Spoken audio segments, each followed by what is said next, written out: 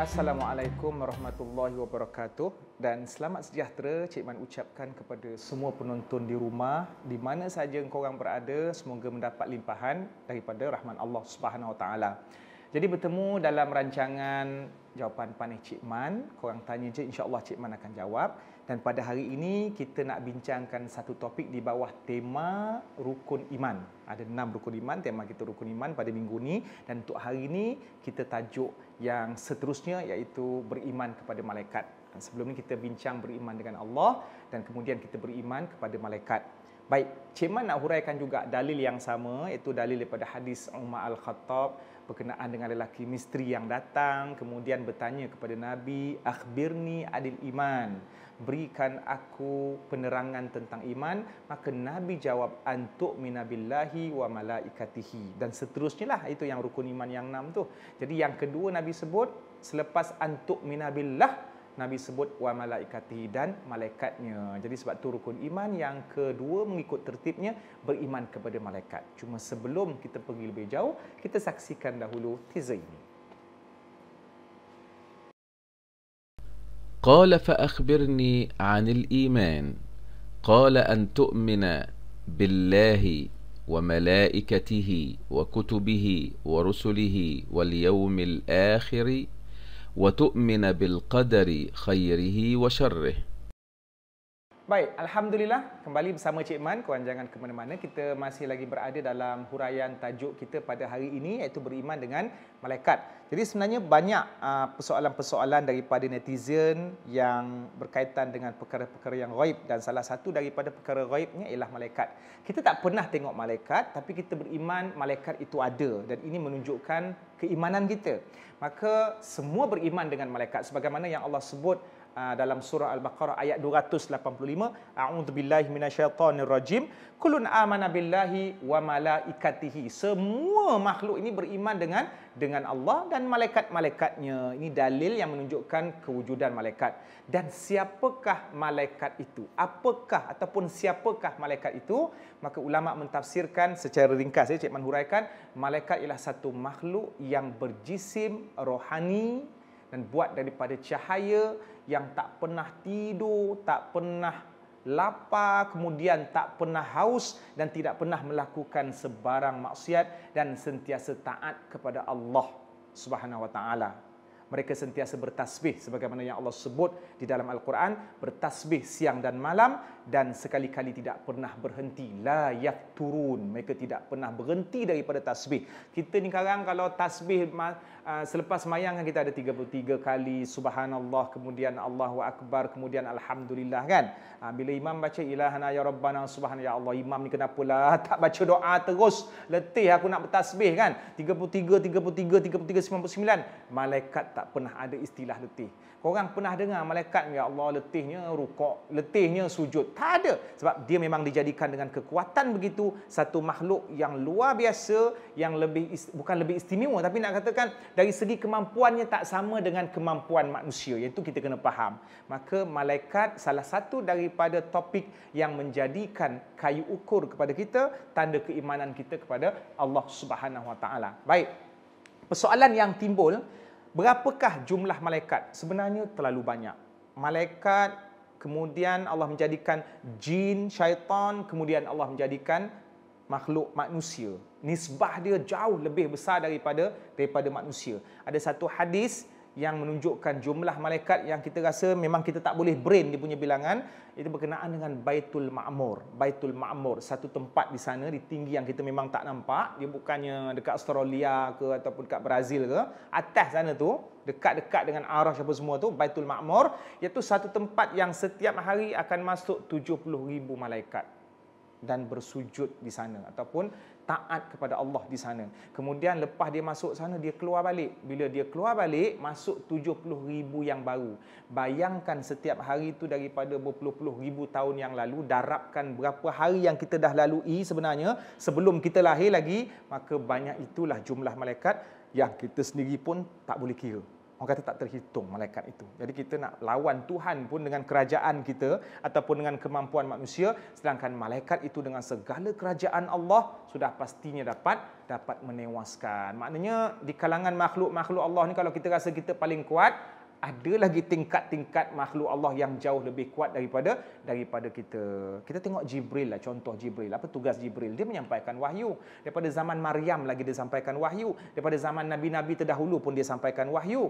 Maka sampailah Nabi Muhammad, memang tugas dia menyampaikan wahyu. Dia tak pernah diiman kepada Allah. Tak ada kerja lain ke? Antara resume, itu malaikat dia sentiasa taat kepada Allah Subhanahu Wa Taala. Yang diuruskan untuk menurunkan rezeki, dia tak pernah rasa letih. Yang diuruskan untuk, diperintahkan untuk mencabut nyawa, dia tak akan pernah rasa boring nak cuba kerjaya lain. Maka malaikat adalah makhluk yang taat dan tak pernah berpaling. Baik, seterusnya persoalan-persoalan daripada netizen juga. Netizen ada tanya, Cik Man, malaikat ni yang kita belajar dulu ada 10. Okey, memang daripada kecil kita belajar 10 malaikat. Cuma adakah penamaan malaikat itu memang ada dalilnya ataupun tak? Sebahagiannya ada dalil jelas daripada Al-Quran dan sebahagiannya pula secara Israiliyat ataupun diambil daripada kitab-kitab tafsir. Contohnya yang disebut di dalam Al-Quran, malaikat Jibril, kemudian malaikat Mikail, itu disebut di dalam Al-Quran. Kemudian malaikat yang disebut di dalam Al-Quran juga seperti yang Atid, Raqib disebut di dalam Al-Quran. Jadi itu antara 10 malaikat yang wajib kita percaya. Sebenarnya malaikat ada beratus-ratus juta, memang tak terkira. Jadi sebahagian daripada nama malaikat itu disebut dan sebahagiannya tidak disebut. Salah satu contoh yang tak disebut itu ialah malaikat Israel. Dalam Quran tak ada malaikat Israel. Jadi ambil daripada mana Israel ini? Maka ambil sama ada daripada kitab-kitab tafsir ataupun Israiliyat, iaitu berita-berita yang kita dengar daripada umat-umat yang terdahulu. Cumanya kalau kita nak percaya malaikat tu ada nama Israel ataupun tak, itu tidak menjejaskan iman. Yang penting, yang wajib, kita wajib percaya ada malaikat yang ditugaskan Allah untuk mencabut nyawa, iaitu kita panggil sebagai Malakul Maut. Malaikatul Maut. Okey, ini bukan orang kata cerita-cerita yang dongeng, memang Allah sebut di dalam Al-Quran. Jadi sama ada kita nak kata malaikat maut itu nama kad pengenalannya Israel ataupun namanya hanya malaikat maut, itu tidak penting dan tidak menjejaskan sebarang perkara yang berkenaan dengan akidah. Jibril tu memang kita tahulah sebagaimana tugas dia pada zaman Nabi. Kita baca tentang sirah-sirah Nabi, Jibril datang dalam beberapa keadaan untuk bertemu dengan Nabi dan para sahabat. Jadi ini beberapa ulasan tentang penamaan malaikat. Baik, jadi jangan ke mana-mana, kita berhenti dulu sebab banyak lagi Cik Man nak sambung tentang nama-nama malaikat tadi ataupun soalan-soalan yang lain. Kita jumpa selepas ini dalam rancangan Jawapan Panih Cik Man. Korang tanya, insya-Allah Cik Man akan jawab. Jumpa selepas ini.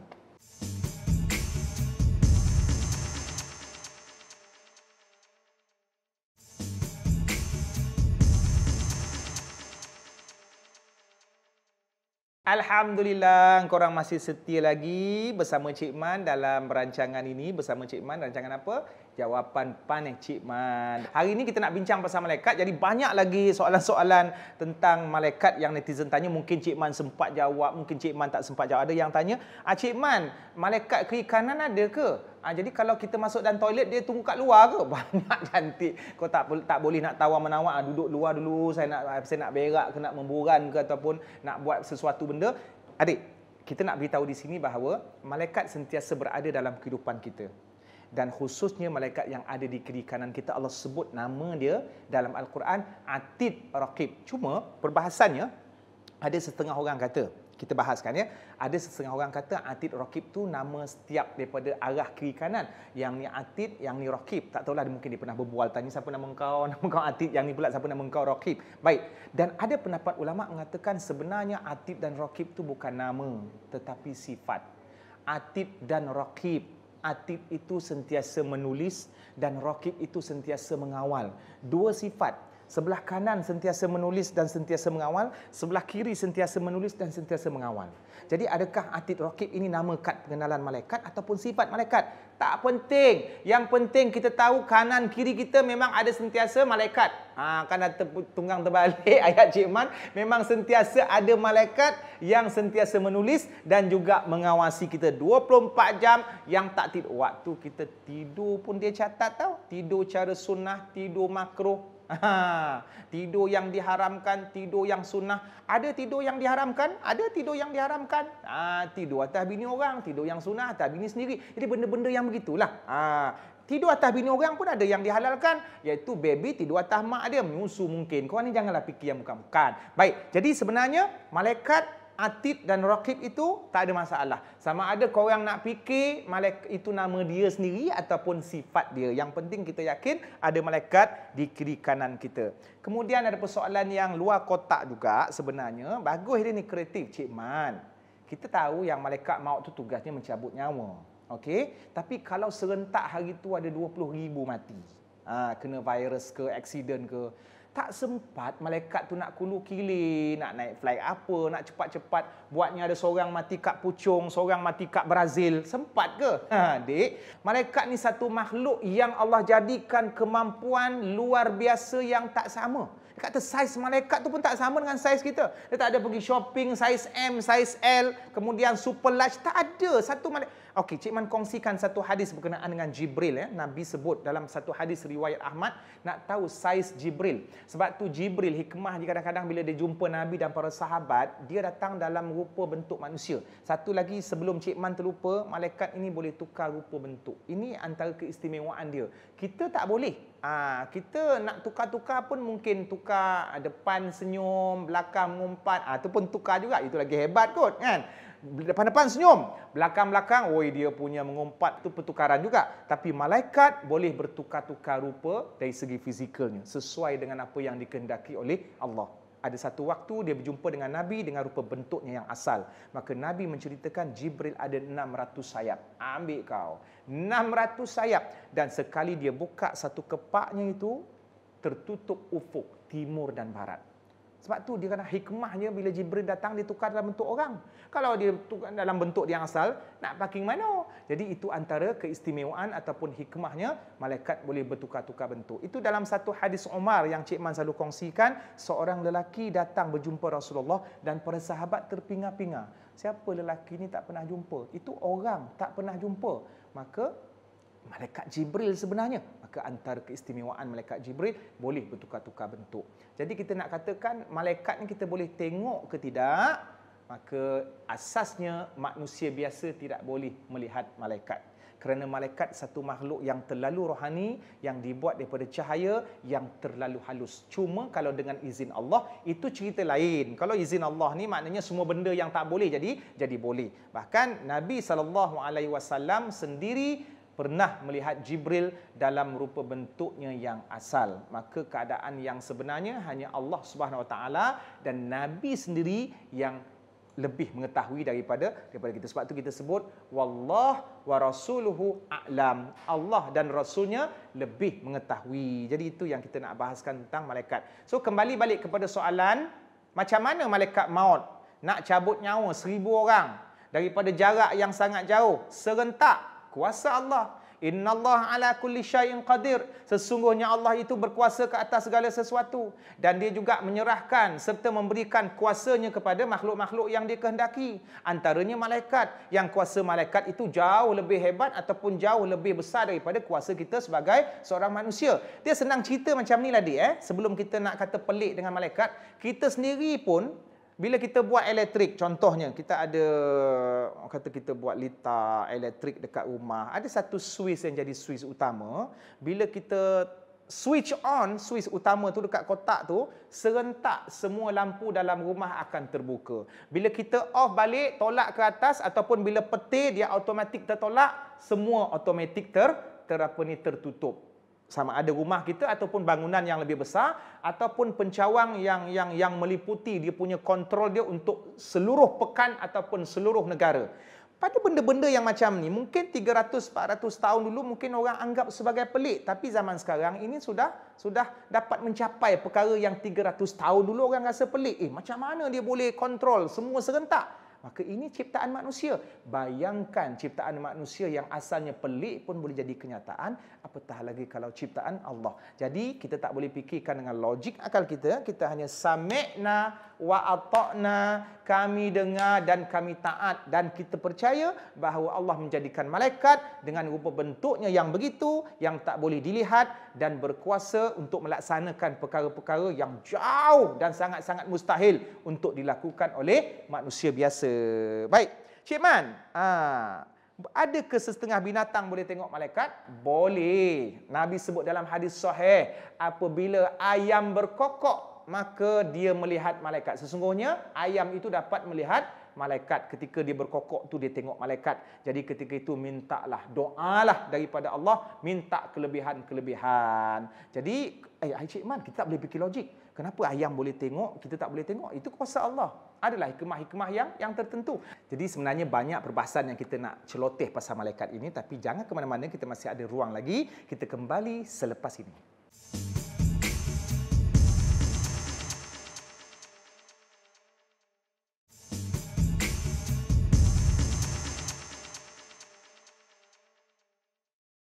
Alhamdulillah, kita kembali semula dalam rancangan Jawapan Panih Cik Man. Korang tanya je, insya-Allah Cik Man akan jawab.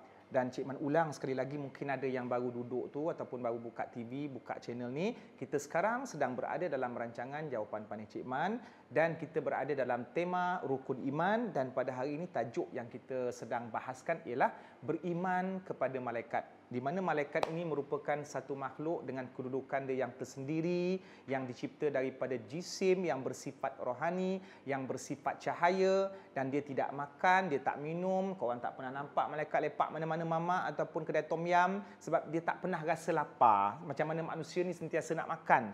Dan apa perbezaan? Ada persoalan-persoalan. Apa perbezaan antara malaikat dengan manusia? Kalau Cik Man maklumkan definisi tadi pun, korang dah tahu perbezaan. Malaikat ni tak boleh dilihat, tapi manusia boleh dilihat.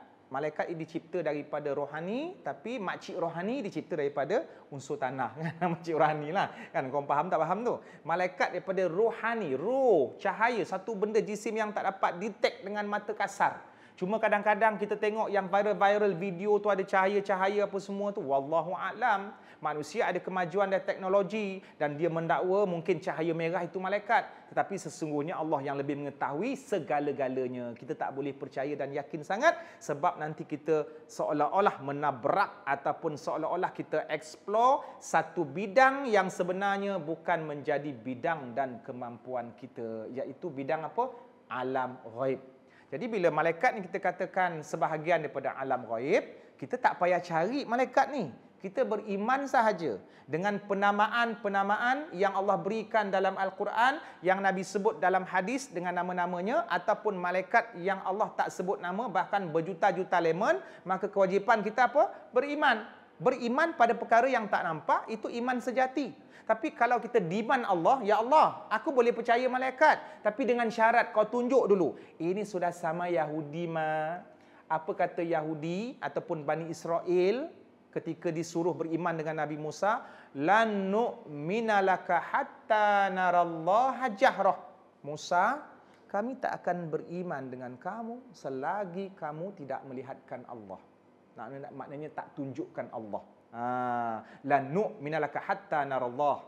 Kami tidak akan beriman kepada kamu, wahai Musa, selagi mana kamu tak tunjuk Allah tu macam mana. Kalau dah tunjuk baru nak percaya. Iman apa namanya? Iman ni maksudnya kita buat dengan hati, kita yakin. Nabi kita tak pernah nampak, sebab kita ni bukannya golongan sahabat, kita golongan yang terkemudian, tapi kita percaya sebab kita beriman. Malaikat kita tak pernah nampak, tapi kita percaya yang ada malaikat yang diutuskan oleh Allah untuk bawa risalah Al-Quran, wahyu kepada para Nabi, dan khususnya kepada Nabi yang terakhir iaitu Rasulullah. Dan kita percaya walaupun tak nampak, maka itu menunjukkan kita orang yang special iman, ataupun orang yang bertakwa, sebagaimana yang Allah sebut di dalam surah Al-Baqarah di awal-awal ayat. Quran itu diturunkan untuk kita percaya.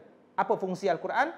Hudal lil muttaqin, petunjuk kepada orang-orang yang muttaqin. Apakah itu orang muttaqin? Orang yang bertakwa. Siapa orang yang bertakwa tu? Yang ni nak kaitkan dengan ghaib. alladzina yu'minuna bil ghaibi wa yuqimunas shalah. Makcik-makcik hafal, adik-adik hafal, ayat ni dah jadi silibus dalam pengajian Islam, dalam PAI, dalam syariah. Siapa dia orang yang bertakwa itu? Orang-orang yang percaya. Tengok Allah meletakkan ciri pertama orang bertakwa yang percaya ataupun beriman dengan alam ghaib. Dan salah satu daripada alam ghaib, ini yang tajuk yang kita bincang hari ini, malaikat. Kalau nak tengok malaikat baru beriman, tak bertakwa. Kalau kita dapat tengok malaikat baru kita percaya kepada Allah, keimanan kita adalah bersifat amatur, bukan keimanan yang original ataupun yang profesional. Seseorang yang saya tak perlu melihat dia, saya percaya. Siapakah orang itu? Ibu. Dia belum tengok baby dia, tapi dia dah rasa sayang. Maka itu berkenaan dengan makhluk. Ini kan pula sesuatu yang Allah sendiri cipta, yang secara khusus ada tugas-tugasnya yang tersendiri, iaitu malaikat. Maka wajib kita beriman dengan malaikat sebagai salah satu daripada ciri-ciri keimanan kita kepada Allah Subhanahu Wa Taala. Jadi Cik Man nak kembali balik berkenaan dengan soalan-soalan netizen. Tadi kita bincangkan kita boleh tengok malaikat ke tidak. Maka secara umum dan asasnya kita tak boleh tengok malaikat kecuali pada Nabi dan Rasul yang diberikan mukjizat ataupun keistimewaan sesuai dengan tugas dia lah. Nabi dan Rasul ni tugas dia bukan tugas-tugas biasa kat sini kita mengajar sekolah ataupun kerja pejabat ke penceramah biasa ke, tak. Dia satu tugas yang cukup mulia untuk menyampaikan ilmu dan juga kebenaran ke seluruh alam sesuai dengan apa yang Allah nak. Jadi dia boleh tengok malaikat, itu sesuai dengan kelayakan dia. Cuma ada hadis yang menunjukkan bahawa ada makhluk lain yang boleh tengok malaikat. Dan makhluk itu bukan manusia, itu yang agak uniknya. Siapakah makhluk itu? Cik Yam ataupun ayam. Dalam hadis sahih Nabi sebut ayam boleh melihat malaikat. Waktu dia berkokok tu ayam tengok malaikat. Dan keldai ketika dia ayam berkokok, harimau mengaum. Keldai apa? Kau pandailah buat bunyi sendiri kan. Kalau keldai berteriak pula, maka keldai itu melihat syaitan. Maka ketika ayam berkokok, dia melihat malaikat, maka berdoalah ketika itu. Selalunya ayam kokok ni waktu-waktu nak subuh. Kita kadang-kadang manusia ni dengan ayam, dengan binatang secara umum kita pandang rendah aja. Kita buat perumpamaan bodoh seperti lembu kan, ataupun ayam tu tak mandi, bau seperti kambing, ataupun ayam tak mandi dan seumpamanya. Sedangkan mereka juga adalah makhluk Allah dan ada keistimewaan yang mereka dapat yang kita tak dapat. Contohnya dalam hadis ni berkenaan dengan malaikat, ayam boleh melihat malaikat. Kalau kita tanya, mungkin ada orang argue, Cik Man, kenapa Allah tak bagi kita manusia yang lebih bagus ni untuk melihat malaikat, sedangkan ayam tu binatang yang tak ada akal, dia boleh melihat malaikat? Maka itu kerja Tuhan. Ada hikmah-hikmah yang tertentunya Allah mentakdirkan ayam boleh melihat malaikat. Cuma kita sebagai manusia ada kajian-kajian sains, dia tengok kaji mata ayam tu, ada contohnya inframerah lah apa semua, maka hanya situasi itu saja yang dapat detect alam yang gaib. Maka itu sains yang datang kemudian yang membenarkan apa yang datang daripada wahyu Al-Quran dan As-Sunnah. Jadi Nabi kata ketika ayam berkokok, maka doalah. Cuma kita nak bagi tahu kat sini, tak semestinya bila ayam berkokok tu dia tengok malaikat. Ada juga ayam berkokok tu sebab engkau yang kejar. Kokok dia lari apa semua tu kan. Mungkin juga dia berkokok sebab ada orang ganggu dia. Tapi nak katakan secara umumnya ayam berkokok melihat malaikat, doa. Sebab apa? Sebenarnya hadis ni bukan nak terangkan keistimewaan ayam semata-mata. Hadis ni nak terangkan keistimewaan waktu. Jadi bila kita tahu bahawa Nabi bagi tahu ayam berkokok ada malaikat, kita doakan minta kelebihan daripada Allah. Sebab apa minta kelebihan pula? Sebab malaikat dikaitkan dengan positif dan juga dengan optimistik.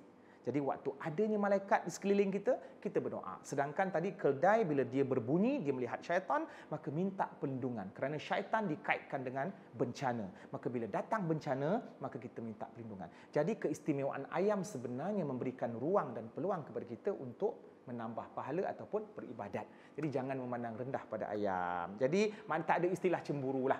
Kita tak boleh tengok malaikat ataupun kita boleh tengok malaikat, ayam boleh tengok, kita tak boleh tengok. Kerana Allah telah mentakdirkan sesuatu sesuai dengan kehendaknya dan ada hikmah-hikmah yang tertentu. Jadi Cik Man rasa untuk hari ini dengan tajuk malaikat, secara asas Cik Man dapat kongsi kepada korang semua. InsyaAllah korang boleh tambah lagi di laman-laman ilmu yang yang lain selain daripada rancangan ini, sama ada Google, internet, kuliah maghrib ataupun perbincangan, dan baca juga kitab-kitab ilmu khususnya berkenaan dengan malaikat. Cik Man mohon maaf sekiranya ada kekurangan, dan terima kasih kerana kesetiaan korang untuk stay sampai ke penghujung rancangan.